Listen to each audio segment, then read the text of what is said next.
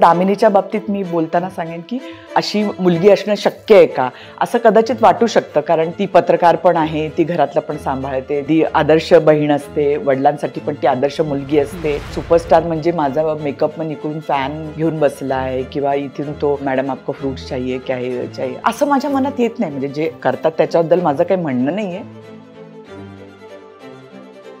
मला माझ्या आवडीचं, मला माझ्या चॉईसचं काम करता यावं, मला जे आवडत नाही ते नाही म्हणण्याचा मला अधिकार असावा. आणि ती स्टेज जर माझ्या आयुष्यात आली तर आहे सुपरस्टार माझं. त्यामुळे मला असं वाटलं की हा माणूस, हा दिग्दर्शक काही चुकीचं करणार नाही किंवा चुकीचं दाखवणार नाही. आणि बोल्डनेस पण दाखवताना जेव्हा विश्वासार्हता त्याच्यामध्ये असते ना, त्यावेळी मग नाही प्रॉब्लेम येत फार नाही. आता संभाजीनगरहून मुंबईला आले तर आले म्हणजेच काहीतरी करायचं होतं म्हणूनच आले ना, असं काही फिरायला आले नाही मी मुंबईला. ॲम्बिशन असणं ही काही चुकीची गोष्ट नाहीये. 2 मुली होत्या मला, एक त्या सिरियलची हिरोईन होती आणि ही दुसरी होती. तर ती दररोज आल्यावरती यहाँ ये नहीं रखा, वहाँ वो नहीं रखा, टिश्यू बॉक्स मेरा बडा चाहिए, मग असं तिचं सगळं सुरू व्हायचं. आणि असं 8 दिवस झालं. मी तिला शेवटी एकदा सांगितलं, म्हटलं अगं तुला नाही वाटत का तुझा ह्याच्यात जास्ती वेळ जातोय, तुला आलेले सीन आहेत तिकडे ते पाठ करायचे. गंमत जिगीशाची हीच झालेली आहे की जिगीशा हा ग्रुप होता, ती संस्था झाली, ती प्रायव्हेट लिमिटेड कंपनी झाली आणि आता जवळजवळ 40 वर्षात ती एक चळवळ झाली. आधी आपल्याकडे असे तटस्थ नजरेने बघत असतात सगळे स्पॉटवाले, लाईटवाले वगैरे, पण जेव्हा आपण एखादा चांगला शॉट देतो तेव्हा त्यांच्या डोळ्यात आपल्याला तो आदराचा भाव दिसतो. नमस्कार, मी मुग्धा गोडबोले. आर पार वुमन की बात मध्ये पुन्हा एकदा तुम्हा सगळ्यांचं मनपूर्वक स्वागत करते.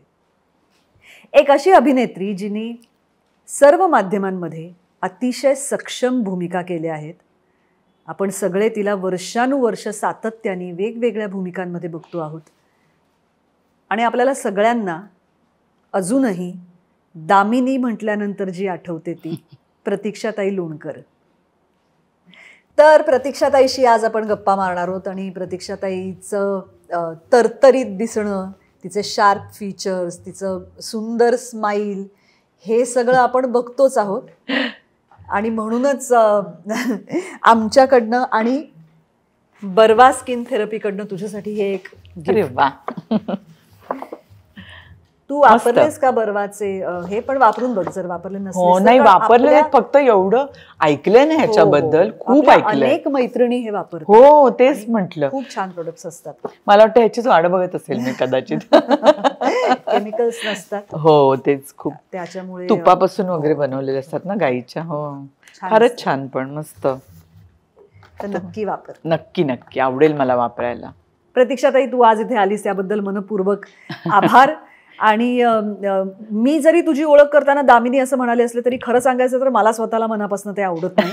म्हणजे त्या एका भूमिकेवरनं तुझी ओळख असावी असं मला वाटत नाही. असं मला वाटतं कोणत्याही अभिनेत्रीला असं वाटत नाही की आपली फक्त एकाच भूमिकेने ओळख व्हावी असं.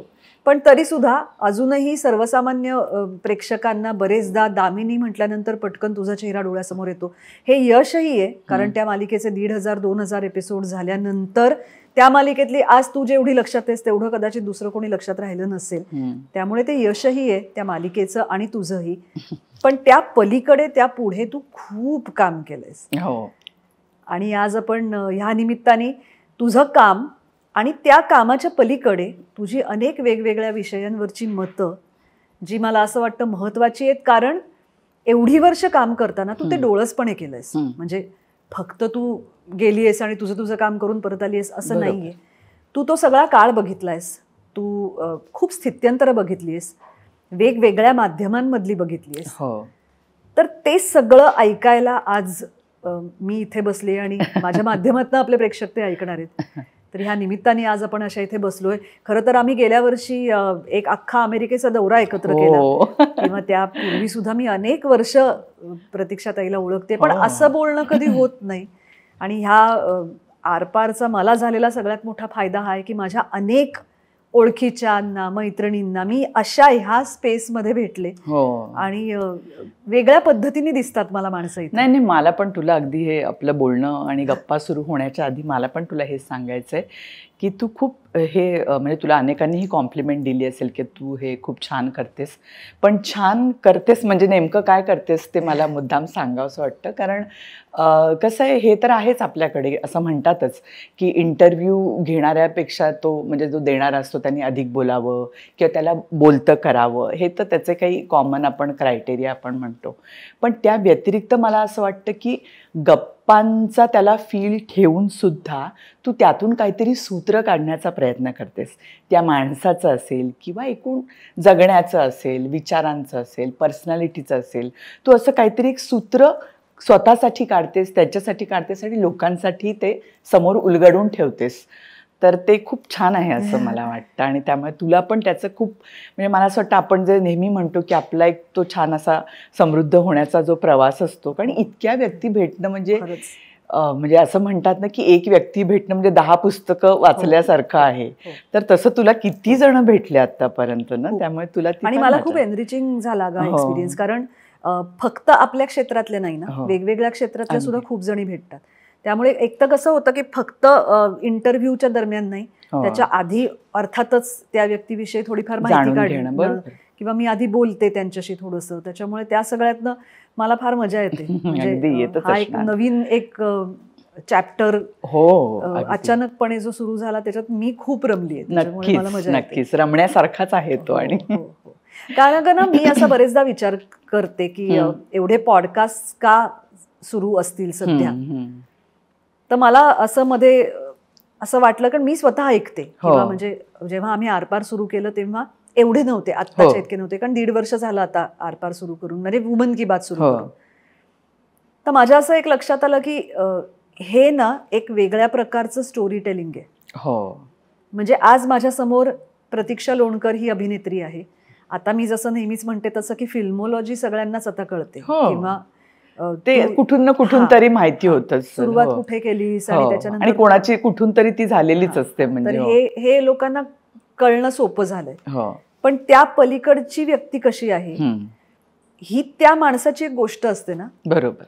आणि ती त्या माणसाच्या तोंडून ऐकणं ही एक प्रकारची आपण ती गोष्ट ऐकल्याचा फील येतो. म्हणजे मी आणि आता उलट हल्ली जे गोष्टी सांगणं आणि हे जे कमी झालंय त्या काळात उलट हे खूप छान आहे. तर मला बरेचदा असं वाटतं की का लोक पॉडकास्ट आता कदाचित ऐकत असतील, तर ती एक गोष्ट असते एक प्रकारची जी आपण ऐकतो, आपण त्याच्यात रमतो. त्यामुळे मी बरेचदा गाडीतनं कुठूनही कुठेही जाताना ऐकते पॉडकास्ट आणि मला मजा येते.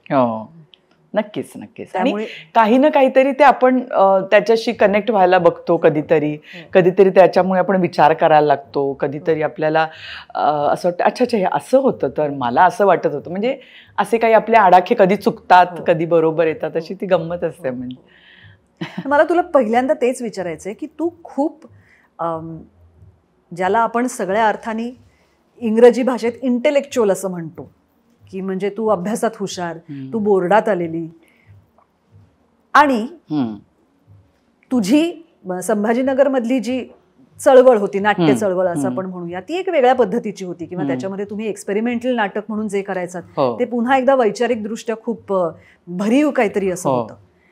ह्या सगळ्याच्या पार्श्वभूमीवर जेव्हा तू मुंबईमध्ये येऊन व्यावसायिक अभिनेत्री म्हणून काम करायला लागलीस, तेव्हा तुला कधी असं नाही वाटलं का की आपण आत्तापर्यंत काय करत होतो आणि आता व्यवसाय म्हणून आपण करायला लागल्यानंतर आपल्याला काय प्रकारचं काम करावं लागतंय? कारण दैनंदिन मालिका म्हटल्यानंतर रोज उठून काही तुम्ही त्याच्यामध्ये तुमच्या मनासारखी प्रत्येक गोष्ट करत नसता. हा बदल किंवा हे स्वीकारलेलं काम हे तुला त्या काळामध्ये एक तडजोड वाटली का, किंवा तू त्याच्याकडे कसं बघितलंस? ॲक्च्युली तुला सांगू का, मी म्हणजे तू म्हणतेस की संभाजीनगरमध्ये आम्ही हौशी रंगभूमी आपण म्हणू, पण मला असं वाटतं की हौशी हे फक्त नावापुरतंच होतं. त्याच्यात सगळा प्रोफेशनलिझम होता.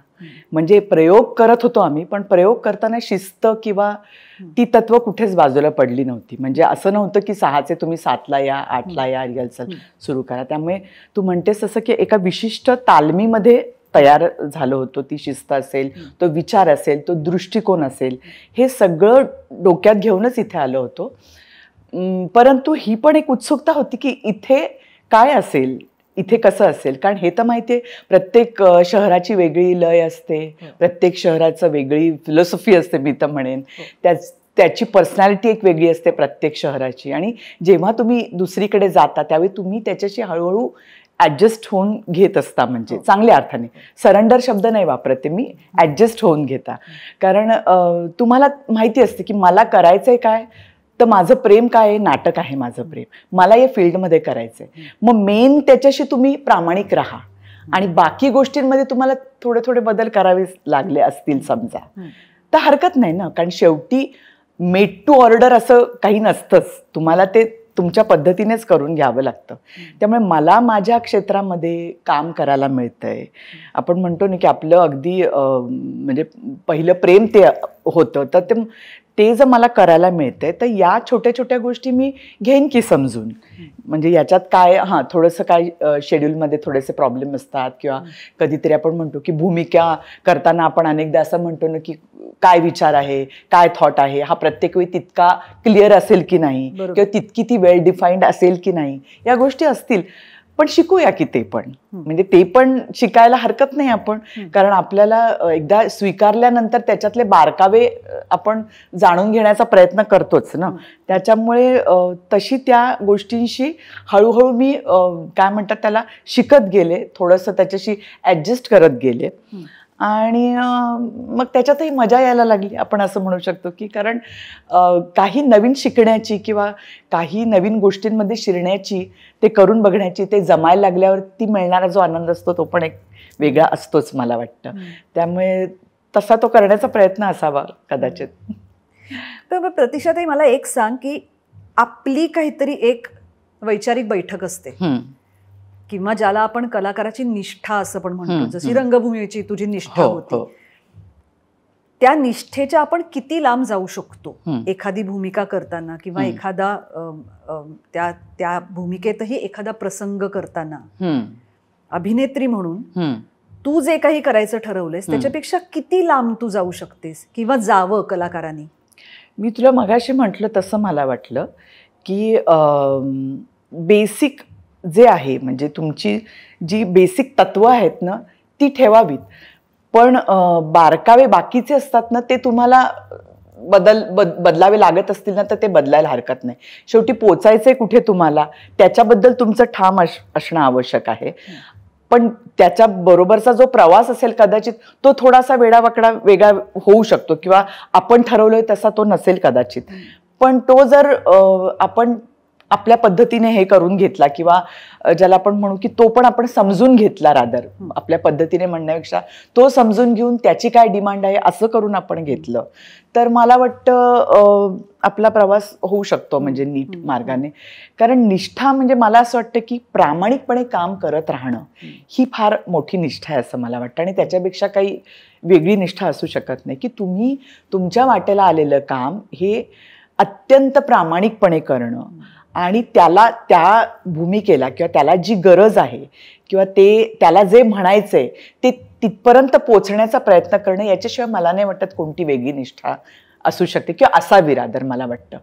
मग त्याच्यासाठी तुम्ही जे कष्ट घेता, त्याच्यासाठी तुमचा जो प्रवास असतो, त्याच्यासाठी जे तुम्ही शोध घेता, अनेकदा अभ्यास करता, अनेकदा अभ्यास करायला वेळही मिळत नाही, तुमचे मग निरीक्षण क्षमता जी असते किंवा ती निरीक्षण शक्ती जी असते, इमॅजिनेशन असते, ऑब्झर्वेशन असतं, हे सगळं मग तुम्ही वापरता आणि मग तुम्ही तिथपर्यंत जाण्याचा प्रयत्न करता.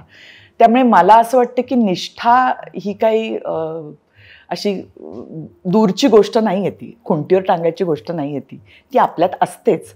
आणि ती मला वाटतं इतकी आत असते की ती फार दाखवण्याचीही गरज नसते. तुम्हाला ती माहिती आहे की तुमची कशावरती निष्ठा आहे, आणि ती मला वाटतं त्याला धक्का न लावता तुम्ही अनेक गोष्टी करू शकता. आणि ती मात्र तुमची पक्की असली पाहिजे. फक्त एवढंच मी जसं म्हणले की ती ऑनेस्टी तुमच्यामध्ये असली पाहिजे. मग बाकीच्या गोष्टी आपण मला असं वाटतं की हळूहळू सॉर्ट आउट करू शकतो. म्हणजे तू आता म्हणजे कमर्शियल स्पेसमध्ये काम करायला लागलीस तेव्हा तू दामिनी सारख्या मालिकेची हिरोईन होतीस. म्हणजे ज्याला रूढार्थाने हिरोईन असं म्हणतात, आणि तेव्हा असं झालं होतं की ज्या काही दैनंदिन मालिका होत्या त्यांच्या ज्या एक दोघी तिघी जणी, म्हणजे तू होतीस म्हण, किंवा ऐश्वर्याताई तेव्हा महाश्वेता करत होती, किंवा मग पुढे सुकन्याताई आभाळ माया करायला लागली, ह्या तेव्हाच्या काळच्या ज्या आदर्श हिरोईन्स होत्या, आज ज्या मालिका आपण बघतो आहोत त्याच्यात अजूनही त्या छटा आपल्याला दिसतात. हो हो. म्हणजे रोहिणी असं म्हणाली होती की रोहिणी निनावे जिने दामिनी लिहिली आहे, ती म्हणाली होती की अगं मी अजूनही दामिनीच लिहिते, कारण ती म्हणे की प्रत्येक याच्यात म्हणजे सगळ्यात थोडे थोडे बदल असतील आणि जे काळानुसार होणारच, पण थोडे थोडे बदल असतील, पण मूळ गाभा आपण जो म्हणतो किंवा मूळ जो आत्मा म्हणतो आपण एखाद्या भूमिकेचा, तो मला वाटतं ती म्हणे की मला तोच मी परत परत लिहित जाते. त्यामुळे तू म्हणतेस ते बरोबर आहे की छटा दिसतातच त्या सगळीकडे आपल्याला. पण मला तुला तेच विचारायचंय की काय कारण असावं प्रतीक्षा ताई तुझ्या मते की तेव्हाच्या त्या मालिका आणि त्यातल्या त्या हिरोईन्स अजूनही लोकांच्या एवढ्या लक्षात आहेत? मला असं वाटतं की याच्यामध्ये थोडंसं दामिनीच्या बाबतीत मी बोलताना सांगेन की थोडंसं एक आदर्शवादी त्या होत्या भूमिका. म्हणजे आपण जे म्हणतो ना की अशी असेलच का बुवा, म्हणजे अशी मुलगी असणं शक्य आहे का, असं कदाचित वाटू शकतं, कारण थोडंसं ती पत्रकार पण आहे, ती घरातलं पण सांभाळते, ती बहिणीसाठी पण ती अगदी आदर्श बहीण असते, वडिलांसाठी पण ती आदर्श मुलगी असते, हे सगळं आहेच. पण अनेकदा मला असं वाटतं की थोडंसं चुकीचं काहीतरी दाखवण्यापेक्षा किंवा समाजाला कधीतरी मला असं वाटतं की 2 पावलं आपण मागे नेण्यापेक्षा जर थोडंसं काहीतरी थोडं चांगलं चित्र आपण दाखवायचा प्रयत्न केला किंवा ते आदर्शवादी दाखवायचा प्रयत्न केला तर ते लोकांना आवडतं, निश्चितपणे आवडतं. आणि म्हणून मला वाटतं की ते तसं ठसलं असावं लोकांच्या मनात. आणि दुसरी गोष्ट मला असं वाटतं की म्हणून मला दामिनी आणि रजनी याच्यामध्ये पण अजून एक फरक असा वाटतो की रजनीमध्ये तिच्याकडे प्रॉब्लेम घेऊन लोक यायचे आणि ती बोलायची, सांगायची वगैरे, आणि ते पण दामिनीमध्ये मला असं वाटतं की त्यांनी माणूसपण पण खूप चांगलं ठेवलंय, तिचं ठेवलं होतं. कारण ती पण खचते, ती पण कधीतरी निराश होते, तिला पण हे सोडून द्यावं असं वाटतं, कधीतरी ती पण बहिणीजवळ रडते, कधीतरी ती वडिलांच्या आई नसण्याने वडील खचलेले असतात त्याच्याबद्दल बोलते, ती पण शेजाऱ्यांना मदत करते.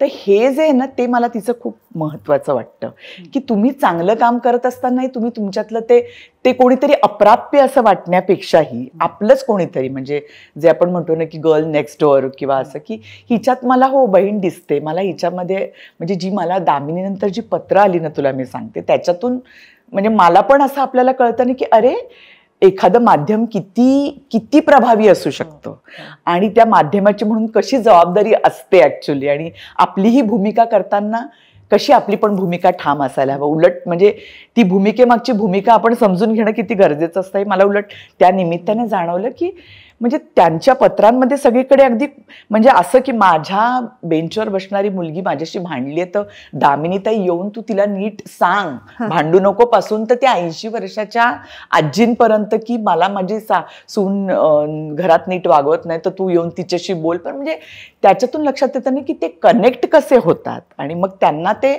आपलंच वाटायला लागतं. आणि जेव्हा एखादी सिरियल तुमची तुम्हाला वाटायला लागते तेव्हा ती मला वाटतं दीर्घकाळ लक्षात राहते. आणि शेवटी हेच सगळ्या माणसांचंच मला वाटतं असं तत्व आहे ना की माणसाला जेव्हा माणूसपणाची ओळख पटते किंवा माणूसपण त्याच्यातलं लक्षात येतं तर ते टिकलेलंच आहे, म्हणजे ना ते दीर्घकाळ टिकतं. म्हणजे त्यामुळे मला असं वाटतं की आता काळानुसार कदाचित छोटे छोटे बदल होत असतील त्याच्यामध्ये, पण शेवटी हे जे माणसानी माणसाशी जोडणं जे आहे ते मला वाटतं कायम राहणार आहे, ती कनेक्टिव्हिटी कायम राहणार आणि ते तुम्ही असोसिएट होऊ शकलात तर ते राहणारच म्हणजे तसं. पण ह्या माध्यमाचा, म्हणजे तू म्हणालीस तसं की त्या माध्यमामुळे तो कनेक्ट होतो, पण थोडा त्याचा एक असा दुष्परिणामही होतो की त्याच्यामुळे अभिनेते किंवा अभिनेत्री टाईपकास्ट होतात. कारण लोक तुम्हाला त्या एका विशिष्ट इमेजमध्ये बघत Correct. असतात. त्यात बरोबर. सुद्धा जेव्हा एखादी मालिका वर्ष 1.5 वर्ष किंवा त्याही पेक्षा जास्त चालते, माझ्या मते दामिनी किती 3-1 वर्ष सुरू होती.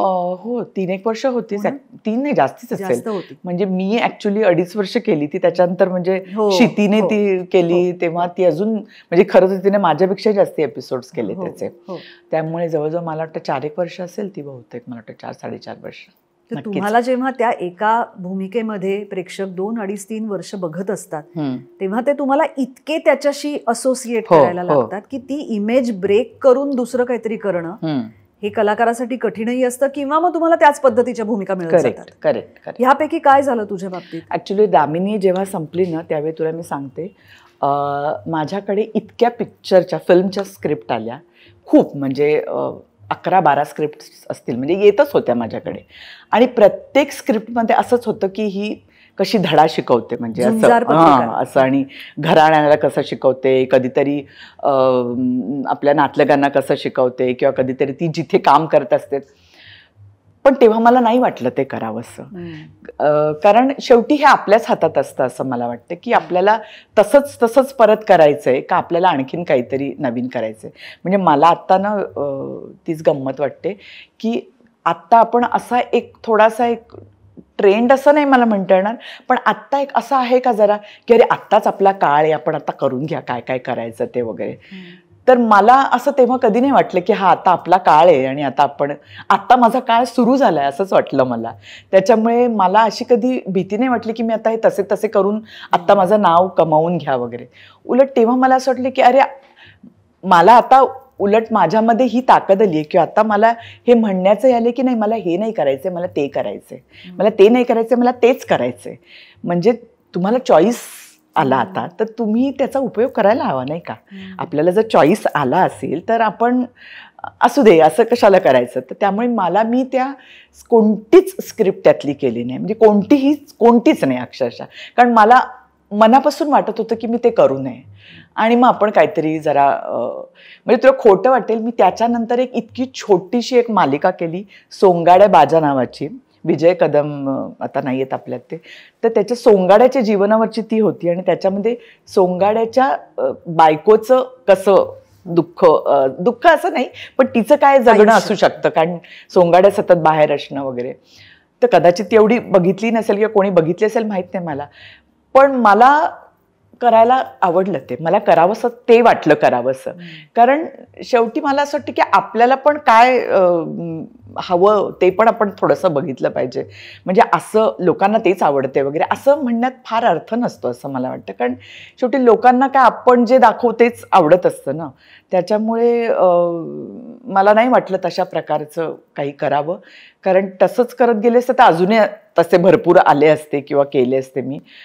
आणि मग मला वाटलं याच्यासाठी काय मी संभाजीनगरहून मुंबईला आलेली नाही आहे, मला जरा काही छान वेगवेगळं करायचं आहे. तर ही सुरुवात आहे, कारण एकदा आपण म्हणालो की आत्ता मला नाही आत्ता मी करून घेते, पुढे मग जरा चॉईसनी काहीतरी करेन, तर तो पुढे मग कधी येत नाही असं मला वाटतं. तिथेच तो थोडासा आपण जरा ठरवलं त्याला की नाही आत्ताच घालूया बांध याला, मग पुढे आपल्याला अजून छान छान करता येईल. त्यामुळे मी तसा त्या पद्धतीने विचार केला. पण हे खूप महत्त्वाचं आहे, कारण तो शॉर्ट टर्म फायदा आणि लॉंग टर्म एक इनिंग्स खेळण्यासाठी कलाकाराचा विचार, ह्याच्यातला हा फरक आहे. हो, आणि मला वाटतं असं करायला हरकत नाही हे. म्हणजे मला ना नेहमी म्हणून असं वाटतं की काय मला मागे कोणीतरी असं विचारलं होतं की सुपरस्टार म्हणजे काय असं वगैरे. तर मला असं वाटतं की सुपरस्टार म्हणजे मला माझ्या मनाचं आणि आवडीचं काम करायला मिळावं. मला नकोय काही असं सुपरस्टार म्हणजे माझा मेकअप मग इकडून फॅन घेऊन बसलाय किंवा इथून तो मॅडम आपको फ्रूट्स चाहिए क्या है चाहिए असं माझ्या मनात येत नाही. म्हणजे जे करतात त्याच्याबद्दल माझं काही म्हणणं नाही आहे, पण माझ्या मनात ती प्रतिमा नाही आहे सुपरस्टारची. माझ्या मनात मला माझ्या आवडीचं, मला माझ्या चॉईसचं काम करता यावं. जे चॉईस मला जे आवडत नाही ते नाही म्हणण्याचा मला अधिकार असावा, आणि ती स्टेज जर माझ्या आयुष्यात आली तर आहे मी सुपरस्टार माझ्यासाठी असं. म्हणजे मला वाटतं, म्हणजे हे प्रत्येकाचं असण्याची काही गरज नाही आहे मत म्हणजे. नाही, पण एक मला तू हे बोलतेस त्यावरनं असं तुला विचारावं असं वाटतं,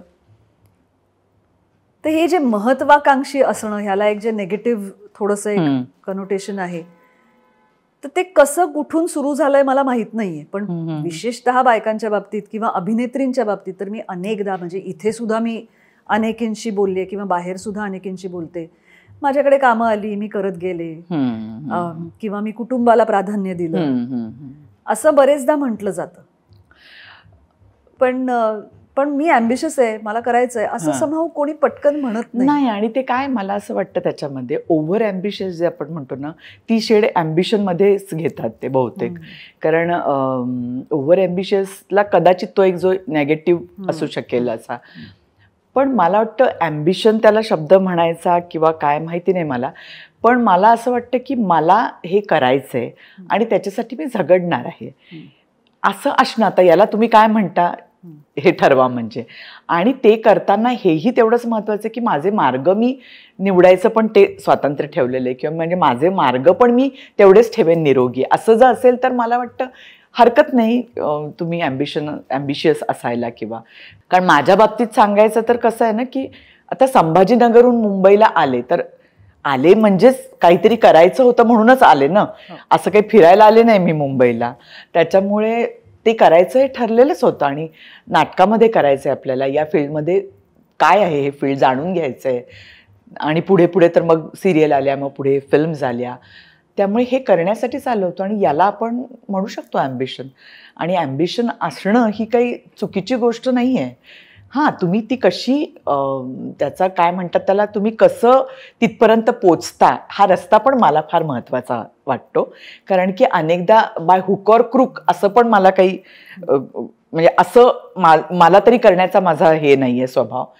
छान मार्गाने जाऊन मला त्या ॲम्बिशनपर्यंत पोचायचं आहे आणि करेन मी. मग शक्य आहे त्याच्यासाठी मला कधीतरी पटकन यश मिळणार नाही, जरा वेळ जाईल त्याच्यासाठी, जरा वाट बघावी लागेल, मध्ये बरेच असतील खाच खळगे असतील, काटेकुटे असतील, हरकत नाही ना. मला काही असं टाईमलाईन नाही आहे माझ्याकडे की मला इतक्या वाजताच पोचायचं आणि इतक्या दिवसातच पोचायचं आहे. कारण मी तो प्रवासही वाटेत एन्जॉय करणारच आहे. म्हणजे त्याच्यामुळे ॲम्बिशन माझ्या दृष्टीने तरी मी हीच म्हणेन की मला हे करायचं आहे, हे माझं ठरलं होतं. त्यामुळे म्हणजे त्याच्याशिवाय मला नाही वाटत की आर्ट्स माझं घेणं असेल, किंवा मी 10वीला मेरिटला येऊन पण मी आर्ट्स घेणं असेल, किंवा संभाजीनगरहून इकडे मुंबईला येणं असेल. हे तुम्ही ठरवल्याशिवाय तुमचा प्रवास कसा होईल सांग बरं मला तू. काहीतरी तर तुम्हाला ठरवायचंच असतं आणि आपण हे ठरवलं आणि त्याच्यासाठी आपण प्रयत्न करतोय असं म्हणताना काही लाज वाटायची गरज नाही असं मला वाटतं. पण मग एका अभिनेत्रीसाठी ह्या मार्गावरनं, तू जसं म्हणालीस की काहीतरी मिळवण्यासाठी तुम्ही त्या एका मार्गावरनं जात असता, यासाठी प्रत्येक माणसाला ज्याला काहीतरी करायचं आहे त्याला व्यक्तिगत आयुष्यात काहीतरी तडजोडी कराव्या लागतात. पुन्हा एकदा तडजोड म्हटल्यावर त्याला एक परत निगेटिव्ह शेड येते. पण तुम्हाला काही निर्णय घ्यावे लागतात. एका अभिनेत्रीला ते काय घ्यावे लागतात? आता असं आहे ना की माझ्या बाबतीत मी परत तेच सांगेन की प्रशांत सारखा जोडीदार मिळणं ही त्यातली खूप महत्त्वाची गोष्ट आहे. कारण हे सगळं ना समजून घेण्याची खूप याच्यात प्रक्रिया महत्त्वाची असं मला वाटतं. कारण तुमचा नवरा हा तुमचा नवरा असण्यापेक्षाही तुमचा मित्र जेव्हा अधिक असतो त्यावेळी, आणि तो तुमच्या फील्डचाच भाग असतो, किंबहुना त्याच्या सपोर्टनी किंवा त्याच्या म्हणण्यानीच इथे आम्ही आलेलो असतो, तर अशा वेळी मला वाटतं की तो ते सगळे बारकावे खूप चांगल्या पद्धतीने समजून घेतो. आणि त्यांनी एकदा ते समजून घेतलं तर मग आपलं काम खूप सोपं होतं. आणि हे माझ्याही बाबतीत आहे. म्हणजे मला असं वाटतं की म्हणजे मी पण त्याच्या फील्डचा भाग आहे, तो पण माझ्या फील्डचा भाग असल्यामुळे हे दोन्ही बाजूंनी येतं. म्हणजे उद्या प्रशांतनी जेव्हा नोकरी सोडायचं ठरवलं लोकसत्ताची, तेव्हा मी त्याला म्हणाले की हो हरकत नाही, हे आता मी करेन काम, तू तुझ्या मनाप्रमाणे लिही. तर हे मला वाटतं इतरांच्यासाठी कदाचित हा एक मोठा इश्यू असू शकतो, जे फील्डमध्ये काम न करणारे लोक आहेत. किंवा कधी कधी मी बघते ॲक्टर्स पण असतात, त्यांच्यात पण मी बघितलं.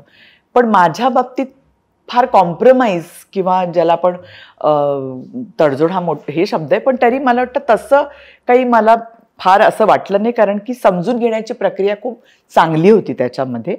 आणि दोघांचंही दोघांचं मिळून करिअर आपल्याला करायचंय, दोघांना बरोबर हातात हात घेऊन ते करिअर करायचंय, हे खूप डोक्यामध्ये चांगलं होतं, ठाऊक होतं. म्हणजे त्याच्यामुळे फार असे हे नाही आले त्याच्यामध्ये, काय म्हणतात त्याला, जे आता अनेकींना असं येतात ना, म्हणजे मी बघते अनेकींचं ऐकते तेव्हा की आता हा सण आहे, हे आहे, आणि मग मला घरी सगळ्या स्वयंपाक करून मी इकडे आले करायला वगैरे. तर मला अशी कधी वेळ नाही आली की म्हणजे मला वाटलं असेल तर मी ते केलं असेल, तो भाग वेगळा. म्हणजे मला असं वाटलं की अरे मी बाहेर जाते, मी यांच्यासाठी काहीतरी छान करून ठेवेन आज, तो भाग वेगळा. पण मला कधी असं त्या प्रकारचं बंधन किंवा असं नव्हतं की म्हणजे तू आता बाहेर जातेस ना तर हे करून ठेव, अरे तुला जायचंय ना, तू जा ना, बघूया आपण काय करत. तर ते इतकं समजुतीचं होतं ते, आणि बोथ वे म्हणजे दोघांकडून आल्यामुळे. त्याच्यामुळे अभिनेत्रीला कराव्या लागत असतील, पण मला असं वाटतं की मला फार त्या पद्धतीचं नाही, आणि आमच्या घरून पण तसं. म्हणजे मला वाटतं की म्हणजे इकडे माझ्या आईकडून पण असेल आणि इकडे प्रशांतच्या आईवडिलांकडून पण असेल, की ते सगळेच म्हणजे प्रशांतचे बाबा सामाजिक कार्यकर्ते होते, आई सेवा दलाची, त्याच्यानंतर भाऊ अजितदादा तुला माहिती आहे लेखक. त्यामुळे वातावरण इतकं सगळं छान होतं की म्हणजे तुम्हाला जे करायचंय ते तुम्ही करा. आणि खरं तर पण मला असं वाटतं असं जेव्हा चांगुलपणा मिळतो आपल्याला, त्यावेळी आपली जबाबदारी आणखीन वाढते, आणि आपल्याला असं वाटतं की अरे आपल्याला एवढं मिळतंय तर आता आपण ते प्रामाणिकपणे आणि मेहनतीने, कष्टाला कुठेही कमी पडता कामा नये, असं केलं पाहिजे. त्यामुळे माझ्यासाठी त्या बाबतीत तो खूप प्रवास चांगला होता असं मी म्हणेन. मग ब्योमकेश बक्षी दामिनी नंतर त्याच दरम्यान असेल, त्याच दरम्यान फार असं बदल नाही. मला आठवतो कारण बाशू चॅटर्जी ऍक्च्युली चारचौघी बघायला आले होते, आणि नाटक दामिनी सुरू असतानाच चारचौघी सुरू ऍक्च्युली माझं म्हणजे अगदी खरं म्हणशील तर तो खूप आसपासचाच काळ, कारण मी लग्न नाटकात काम करत होते. म्हणजे कमलाकर सारंग आणि लालन ताईंचं जे म्हणजे यांनी नाटक केलं, जयवंत दळवींचं नाटक, तर त्याच्यात मी काम करत असताना दादा गोडकर तिकडे ऍक्च्युली हे होते प्रोडक्शन मॅनेजर, आणि त्यांनी अधिकारी ब्रदर्सकडे मग माझं नाव सुचवलं दामिनीसाठी, आणि मग पुढे ते सगळं झालं. पण लग्न संपता संपताच मी चारचौघी करायला लागले म्हणजे, आणि चारचौघी, आणि मग त्याच दरम्यान बाशू चॅटर्जीने येणं, मग त्यांनी ब्योमकेश बक्षीचा म्हणजे त्यांनी खूप म्हणजे त्यांचं खूप, मला असं वाटतं ना, त्यांचं एक तर मराठी थिएटरवरती आणि मराठी लोकांवर त्यांचं खूप प्रेम होतं, आणि त्यांना ते खूप चांगले आर्टिस्ट आहे असं मनापासून वाटायचं. म्हणजे मी त्यांची एक गदिमा म्हणून मी त्यांची एक एपिसोडिक अशी सिरियल पण केली होती, गदिमांच्या कथांवरती होती. म्हणजे त्यांना त्या पद्धतीचं काय असलं की त्यांना ते आठवायचंच म्हणजे, आणि ते अगदी फोन करून असं तो एक तेव्हा तो एक जो पर्सनल टच होता ना, तेव्हा तो खूप असायचा ना, असं की म्हणजे कोणाला तरी फोन करण्यापेक्षा हाय प्रतीक्षा क्या कर रही हो, मेरे सिरियल में काम करना है ना, असं इतकं ते हे होतं. म्हणजे त्यामुळे ब्योमकेश बक्षी केलं तेव्हा, ते त्यांचं एक गदिमा म्हणून केलं, ते सगळे मला वाटतं थोड्याफार फरकाने त्याच सुमाराचे आहेत ते. म्हणजे पण ब्योमकेश बक्षीच्या वेळेला तू एक त्याच्यात बऱ्यापैकी बोल्ड सीन केला होता.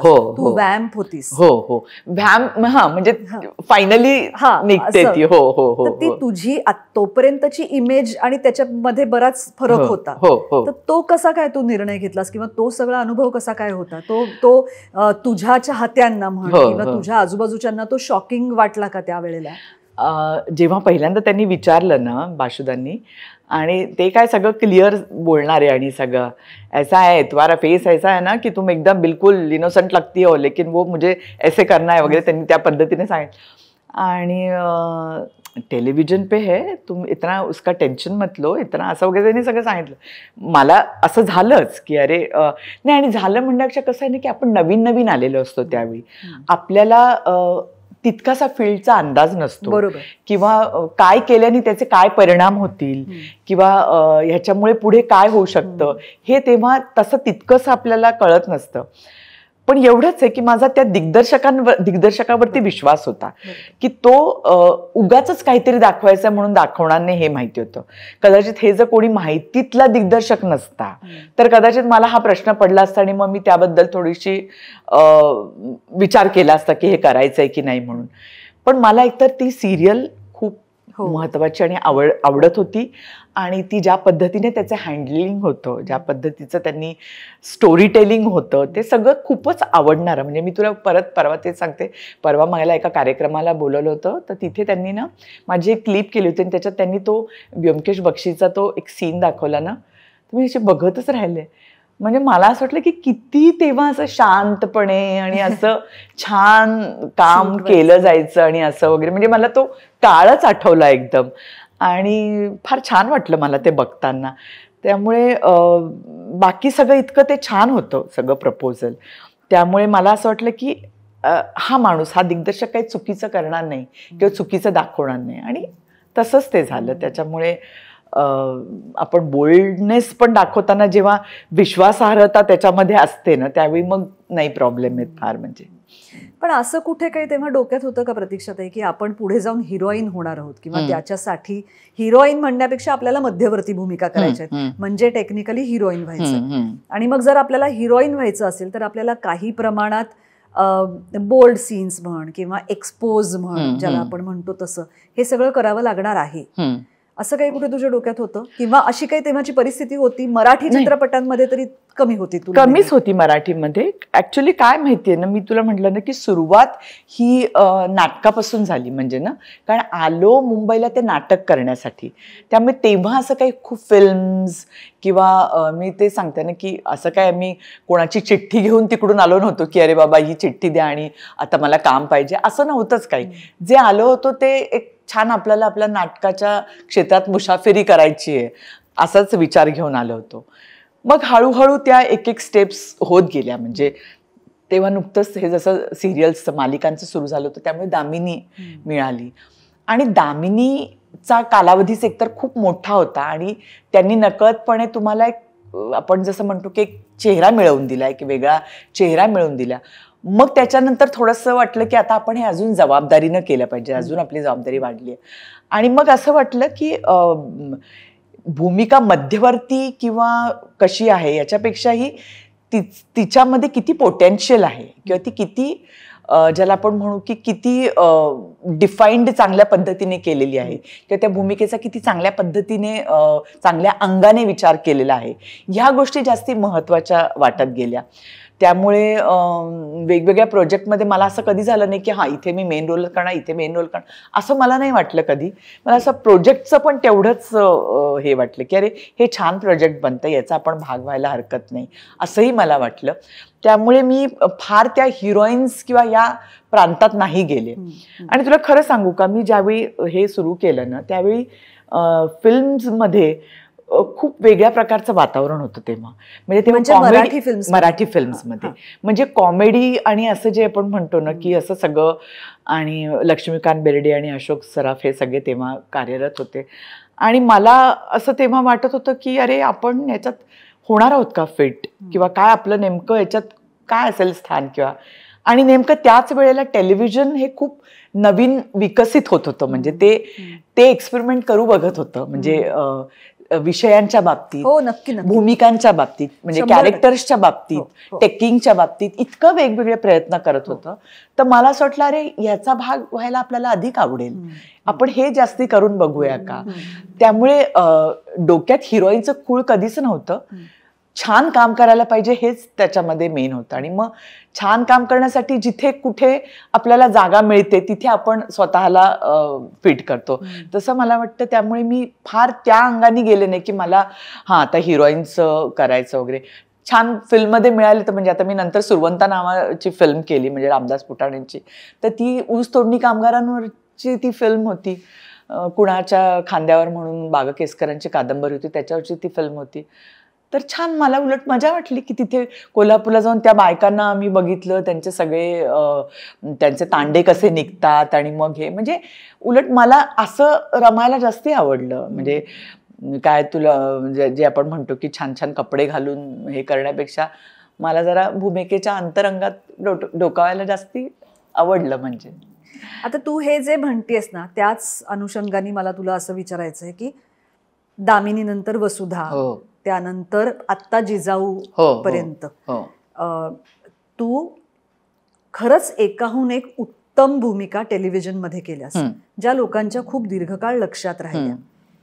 आजची परिस्थिती अशी आहे की आपण अनेकदा आपल्या आजूबाजूला अनेक जणींशी बोलतो, आपल्यापेक्षा पुढच्या पिढीतल्या अभिनेत्रींशी, आणि त्यांचं सगळ्यांचं असं म्हणणं असतं एक सर्वसाधारणपणे की माझ्या दृष्टीने ही मालिका हा एक स्टेपिंग स्टोन आहे. खरं तर मला चित्रपट करायचा, खरं तर मला सिनेमाची हिरोईन व्हायचंय, पण आता ते नाही मिळत आहे म्हण किंवा व्हॉट एव्हर, आता माझा चेहरा ओळखीचा व्हावा म्हणून मी मालिका करते. तर हे बरोबर आहे का? हा मला वाटतं ज्याच्या त्याच्या दृष्टिकोनाचा भाग आहे, कारण मी कधीच त्याच्याकडे असं बघितलं नाही, त्यामुळे मला त्यांची काय भूमिका आहे ती मला जाणून घ्यायला आवडेल असं म्हणेन मी फार तर फार. कारण कसं आहे ना की आपण कधीच म्हणजे आता तू पण काम केलंयस मुग्धा एवढं, तर मला वाटतं की आपण कधीच फार असं हा स्टेपिंग स्टोन म्हणून विचार केला नाही. आपण असं बघितलं की आत्ता आलेली भूमिका मला किती चांगल्या पद्धतीने करता येईल. म्हणजे खरं तर याच्यातून मला दुसरं काम वगैरे असाही त्यावेळी विचार नाही आला. खरं सांगते तुला, आत्ता माझ्यासमोर जे काम आलेलं आहे ते मी किती चोख आणि चांगलं करते. आणि तेव्हा तसंच होतं, पण मला असं वाटतं की कामातून काम मिळत जाणं जे आहे ना, की त्याच्यासाठी मला नाही वाटत आता जो तुम्हाला तुमच्या एक्झिस्टन्ससाठी जो लढा द्यावा लागतो किंवा झगडा करावा लागतो तसं मला नाही वाटत तेव्हा होतं. म्हणजे जसं मी म्हणाले ना की बाशू चॅटर्जींसारखे दिग्गज पण तुम्हाला फोन करत होते तेव्हा आणि सांगत होते की तू काम कर आणि तुझं काम मला आवडतंय. पण आता असं नाही राहिलंय असं मला वाटतं. त्याच्यामुळे कसं आहे ना की त्यांची भूमिका बदलण्यामागे कदाचित ही परिस्थिती असावी असं मला वाटतं. म्हणजे मला समजून घ्यायला ते आवडेल.